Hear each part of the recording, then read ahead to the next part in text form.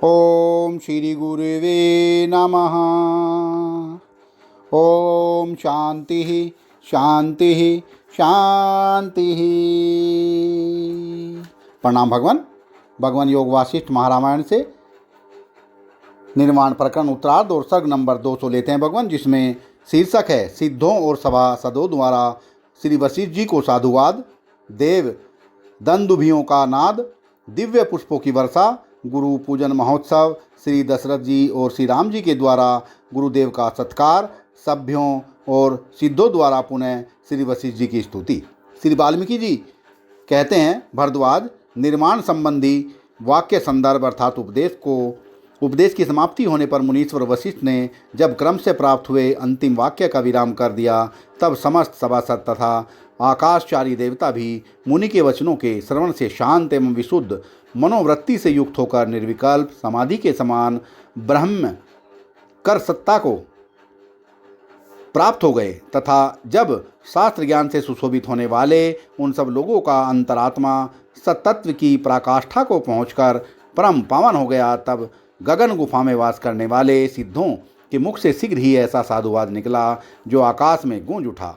इसी तरह सभा में बैठे हुए भावितात्मा मुनि विश्वामित्र आदि के द्वारा उच्च स्वर में दिए गए साधुवाद की ध्वनि भी वहाँ गूंजने लगी। इन सब से ऐसा महान कोलाहल प्रकट हुआ जिसने संपूर्ण दिशाओं को भर दिया। वह कोलाहल वायुपूर्ति छिद्र वाले कीचकों की मुरली जैसी ध्वनि के समान मधुर था।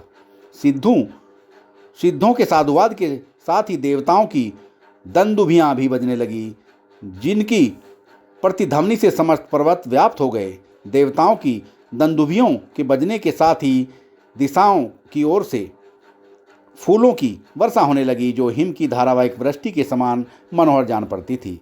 उसने संपूर्ण दिग्मंडल को आच्छादित कर दिया। साधुवाद के शब्दों के साथ देववाद्यों की ध्वनि तथा पुष्प वृष्टि के घोष का वह मिलित शब्द समुदाय वहाँ बड़ी शोभा पाने लगा। सारा भुवन सारी कोलाहल से भरकर अद्भुत शोभा पाने लगा, उत्सव से मतवाला हो उठा।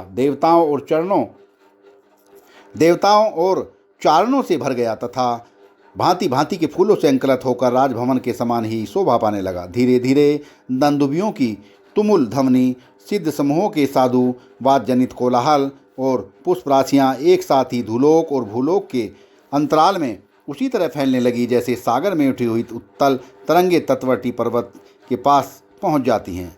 देवताओं का वह कोलाहलपूर्ण सभारंभ जब क्षण भर में शांत हो गया, तब सिद्धों के ये वचन कानों में सुनाई देने लगे। सिद्ध बोले, कल्प पर्यंत सिद्ध पुरुष की अनेक सभाओं में मोक्ष के उपयोगों की सहस्रों बार व्याख्याएं हुई और सुनी गई, परंतु उनमें जो मोक्ष के उपाय बताए गए वे कोई भी ऐसे नहीं थे। मुनि के इस वाक्य विलास से, इस महारामायण के श्रद्धा प्रेम पूर्वक श्रवण से त्रिल योनिक के जीव, स्त्रियां, बालक और सर्प भी परमानंद को प्राप्त हुए हैं, इसमें संशय नहीं है। श्री वशिष्ठ जी के नाना प्रकार के दृष्टांतों, हेतुओं और युक्तियों द्वारा जैसे श्री रामचंद्र जी के प्रति परमात्म तत्व के ज्ञान का वर्णन किया है, वैसे ही साक्षात अपनी धर्मपत्नी अरुधन जी के प्रति भी करते हैं या नहीं, इसमें संशय है। वाह भगवान वाह। वैसे ही साक्षात अपनी धर्मपत्नी अरुधंत जी के प्रति भी करते हैं या नहीं, इसमें संशय है। मुनिवर्णित मोक्ष उपाय के अनुष्ठान से त्रियोनिक के जीव भी दुख शोक से मुक्त हो गए।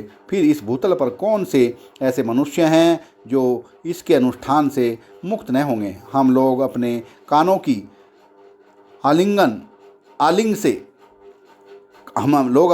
कानों के अंजिल से इस ज्ञान अमृत का पान करके परम उत्कृष्ट बोध श्री को प्राप्त हुए हैं। हमारी सिद्धियां पूर्ण तथा नवीन हो गई हैं। सिद्धों की इस बात को सुनते ही वहाँ के लोगों ने आश्चर्य से चकित नेत्र होकर देखा कि सभा की भूमि कमल, पारिभद्र, पारिजात, शतानक और हरिचंदन आदि फूलों की धारावाहिक वर्षा भर गई है। फूलों के भार से वहाँ का विशाल चंदोवा इस तरह लटक रहा था मानो जल से भरा हुआ बादल नीचे झुक आया हो। इस प्रकार उस सभा की अपूर्व शोभा का दर्शन करते हुए सभासदों ने उस समय के अनुरूप भूरी भूरी प्रशंसा पूर्ण साधुवाद देकर सरथा उद्दत्त को संपूर्ण इंद्रियों के द्वारा साष्टांग प्रणाम करके नमस्कार युक्त कुसुम अंजलि से वशिष्ठ जी का पूजन किया। सभा में आए हुए सभी राजाओं की प्रमाण परंपरा जब कुछ शांत हुई तब हाथ में आर्द्यपत्र लेकर राजा दशरथ ने मुनि की पूजा करते हुए कहा। सत्संग को विराम देते हैं भगवान, आगे का सत्संग कर लेंगे। प्रणाम भगवान।